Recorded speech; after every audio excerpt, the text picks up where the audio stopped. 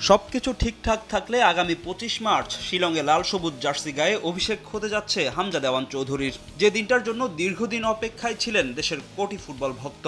হামজাকে রেখেই 38 সদস্যের দল ঘোষণা করেছেন কোচ হাবিয়ার কাবরেরা। এই মাসের 28 তারিখ থেকে শুরু হবে জাতীয় দলের ক্যাম্প। এরপর 5 মার্চ কন্ডিশনিং ক্যাম্প করতে সৌদি আরবে যাবে বাংলাদেশ ফুটবল দল।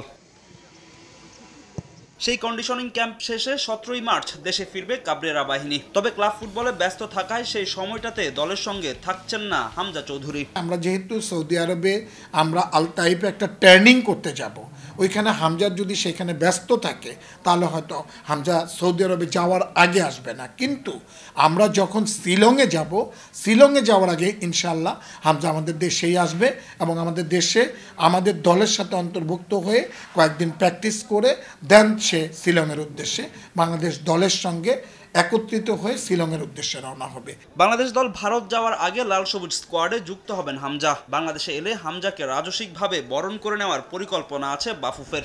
সভাপতি সাহেবের একটা প্ল্যানিং আছে এবং সেই প্ল্যানিং অনুযায়ী আমরা হামজা যখন আসবে সকলে মিলে ঐক্যমতের পরিপ্রেক্ষিতে আমরা তাকে একটা রিসিপশন দিব। কাবরেরার একাদশে নতুন বাংলাদেশি বংশোদ্ভূত ইতালিয়ান ফুটবলার ফাহমিদুল ইসলামকে নিয়েও ইতিবাচক বাফুফে।